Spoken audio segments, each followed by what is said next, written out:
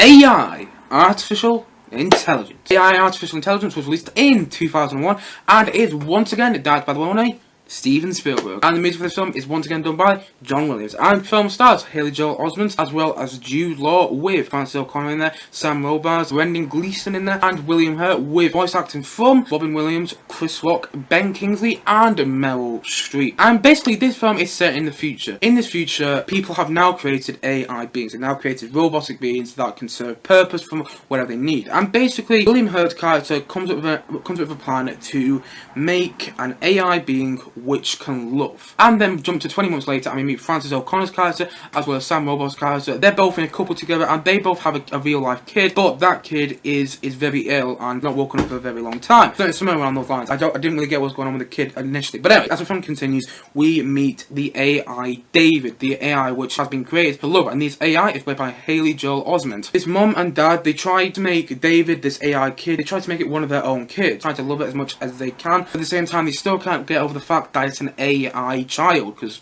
I mean, an AI child. As the film continues, their real child wakes up from their long illness and he starts to get better. So he comes home, that child, he starts to interact and starts to play games with David, the AI. Play games which David shouldn't be playing because he's an AI. So this kid starts messing with David, and that leads the mother, played by Francis O'Connor, to leave David, this AI kid, in the forest. And then we meet Gigolo Joe, played by Jude Law in the film. He is a lovemaker. He's basically a sex robot. After one of his outings goes wrong, he tries to get away from the police in this new, futuristic world, and basically goes into the woods, and this is where he meets David, the AI boy, which we've previously followed earlier on in this film. David has Teddy. I also got to mention Teddy. How can I miss out Teddy? David has Teddy, this teddy bear, which doesn't really play much significance to the plot, but it's pretty awesome anyway.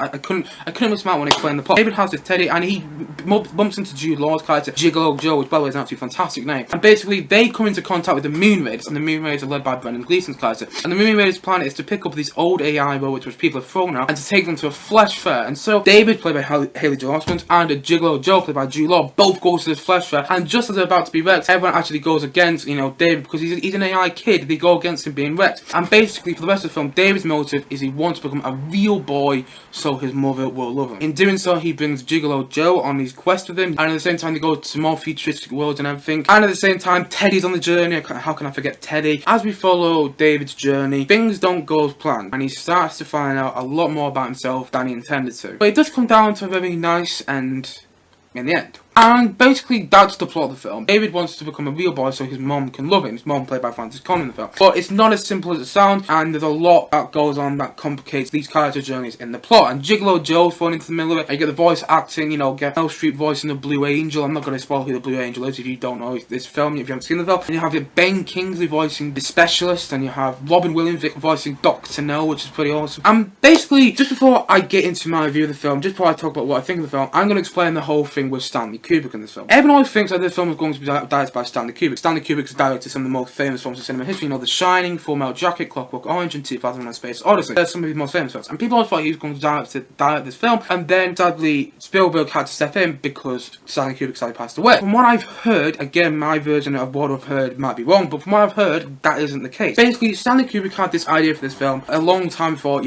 even went into production. This idea kept being tossed around between Spielberg and Kubrick. They kept, tossing it back to each other, saying they both can't direct it. And it got to the point where Kubrick went to Spielberg and said, no, you direct this film, because you're the one who works with kids. Because if you look at all Spielberg's films, he works with kids in all his films. So Spielberg took on the project to direct it. And in the very early stages of production, sadly, Stanley Kubrick passed away. So that led Spielberg to direct the film all himself. And I watched an interview with Spielberg, and he even said that all the ideas in the film were Kubrick. All the ideas in the film were from Stanley Kubrick. And everyone always thinks that Stanley Kubrick would have cut this film. If you've seen the film, you know what I'm talking about. Everyone always thinks that Stanley Kubrick would have cut this film about 10-15 minutes before Spielberg decided to end it. Everyone thinks that Stanley Kubrick would have cut it at a certain moment. And then I watched the interview with Spielberg, and he actually said himself that Kubrick intended the film to go into that last 10-15 minutes. Yes, he didn't actually, write an ending for this film. Kubrick didn't. He didn't, map out an ending for this film. That was all Spielberg. Spielberg did the ending for the film itself. But Kubrick intended this film, and if you've seen the film, you know what I'm talking about, intended this film to go into this last 10-15 minutes. And I liked this film. I watched it properly last night. When I initially saw this film again last year, and I watched it in 2 parts, which I never recommend, by the way, because you lose the momentum of the film. I watched it in 2 parts. I was really, really tired when I started watching it. I didn't think I was going to make it for the whole film. And I got to the point where the mother left David the AI on the forest, and then I couldn't watch it anymore because I was so tired. So I came back to it the next day. And it was almost like I was watching 2 different films originally, and I lost momentum, man. I never recommend watching a film in two parts, by the way. Going back to what I think of the film, I watched this film again properly last night, and I think it's a good film. But I also think there's some very weak moments in the film. But the strong parts are really, really good, and the weak parts are really, really weak. And, in my opinion, you could kind of tell when this film went from Spielberg to, went from classic Spielberg to Stanley Kubrick. I think you could tell in this film. I'm going to go into that a bit later in this video. One thing I do want to talk about off the bat is things that I really like the film. First of all, I think Teddy is such a good character. Whenever Teddy showed up on screen, I had a huge smile on my face. I was like, oh, Teddy! He's such a good character in the film. And there's one moment in the film which Spielberg directed really, really well. Basically, when they get to the flesh fair, by the way, I'm going to talk about the flesh fair in a sec. When they get to the flesh fair, Teddy is trying to get back to David. He's been separated from David. David's been taken care of him. It's quite a nice relationship now. But anyway, when Teddy gets to this flesh fair, and he's like, has anyone seen David? And Teddy can speak as well. He's a teddy bear which can speak. He's like an AI teddy bear. It's such a cool idea. But anyway, when Teddy gets to this flesh fair, some guy carries him to the Lost and Found. And as we watch Teddy go to the Lost and Found, this guy who's taken him to the Lost and Found, he walks to the staircase, and we see the complete flesh fair, and everyone walking about, everyone screaming and everything. And basically, the camera doesn't cut. It just follows his character going to Lost and Found, and he walks to the staircase past the flesh fair. He walks down the staircase, and we watch all these people, getting ready for the flesh fair. And the camera doesn't cut. It's such a fantastic, just one take in the film. And I know Spielberg does that a lot of his films, but in this film, it was like, when I got to that moment in the film, I was like, whoa, that's really well directed.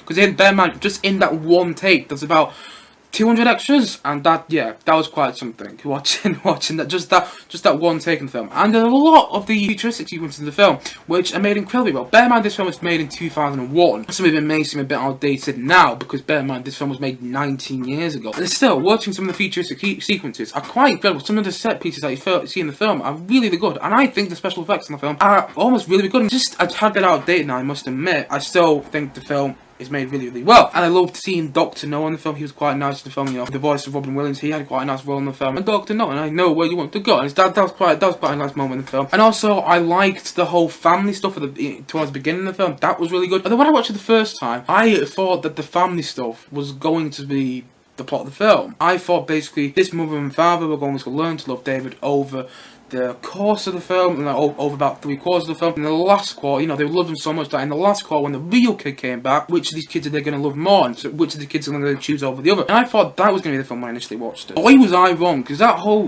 family relationship is like the first half an hour to maybe 40 minutes of the film. It's really not much of the film, and that leaves David's motive for the rest of the film to become a real boy and get his mother back. Yeah, it's that whole idea of Pinocchio, and so much they actually keep referencing Pinocchio throughout the film, which is a tad bit on the nose. And the whole flashback sequence was absolutely fantastic. That was something I really believed that would happen if AIs were created. Like old AIs, that would be a weird phrase to say it now, but old AIs have been destroyed for people's, enjoyment. People screaming like, oh, let's destroy this AI, and the whole flashback sequence. And that was actually fantastic. The whole flashback sequence is absolutely fantastic. That worked really, really well in the film. In my opinion, this film does have a lot of strong moments. Like the whole family stuff is fantastic in the film. And even, the relationship between Gigolo Joe and David, that's all fantastic, and Jude Law is absolutely fantastic in the film. Unfortunately though, that is where my praise on this film ends. The last hour of this film felt overlong, and it just kept feeling like it was going to end here, and then it didn't end, and it carried on. It's going to end here, then it didn't end. It carried on and carried on. It got to the point where it's like, where is this film going to end? And basically, like I said before, I liked Gigolo Joe. I liked Jude Law quite a lot in this film. I think he gave a really good performance, and I can really believe that as a robot and the way he is with the woman and the dance moves that he has in the film, he's great. But the way they finished his character off in the film just felt so rushed. He felt like he was such an important character.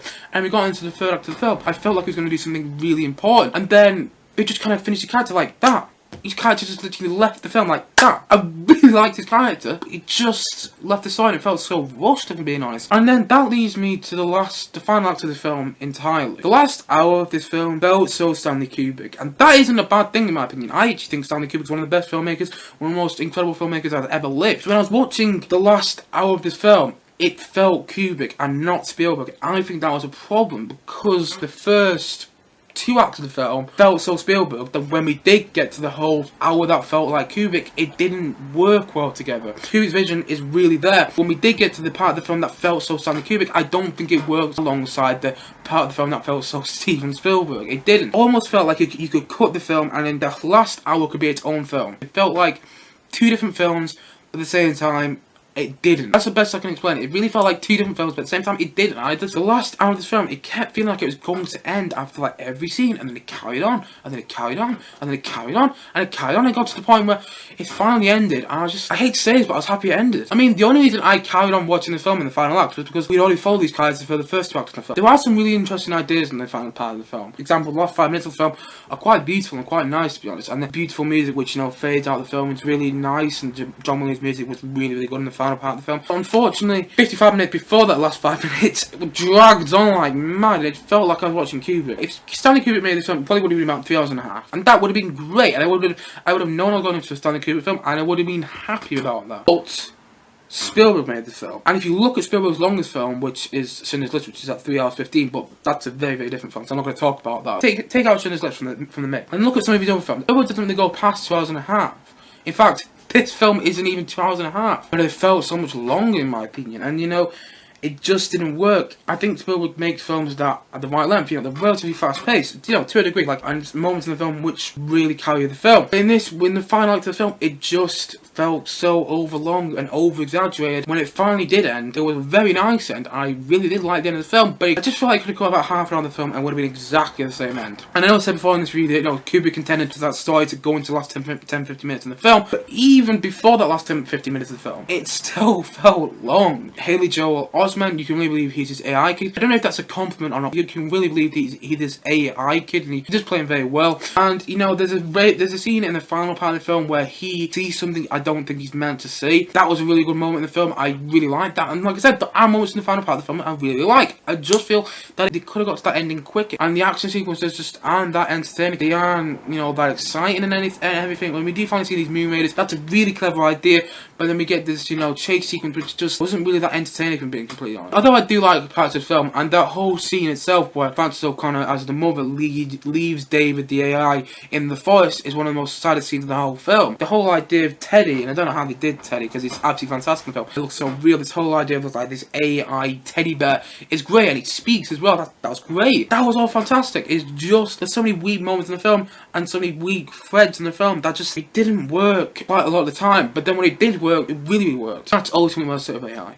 I think it's a good film, but just not as great as I hoped. All in all, I like AI, but I don't love it. And that is why I'm going to give this film a 7.3 out of 10. I think it does have a lot of strong moments, and the music of the film is really good, but it felt like a film that was a bit too overlong at the end. This film could have been about 2 hours 15, and I feel it would have been the exact same film, and probably worked a lot better in my opinion. And that is why I do like AI, but ultimately, I don't love it. And I'm going to give this film a 7.3 out of 10 from me. Anyway guys, what do you think of AI, artificial intelligence? Do you want me to hate it, or have you just not watched it? And if not, why not? Please do comment below, let me know your thoughts in the comment section below. And just to say once again, I am still watching and reviewing a handful of Spielberg films right now. So look forward to I haven't decided on my next Spielberg film is going to be yet actually. So look forward to stay tuned for my next Spielberg film review coming very, very soon on this channel. Anyway guys, thank you as always for watching, and if you haven't yet, please do click down below and like and subscribe on this video, and look forward to many more, both film and TV reviews and Spielberg film reviews coming very, very soon on this channel. See you guys again soon, but bye for now, bye!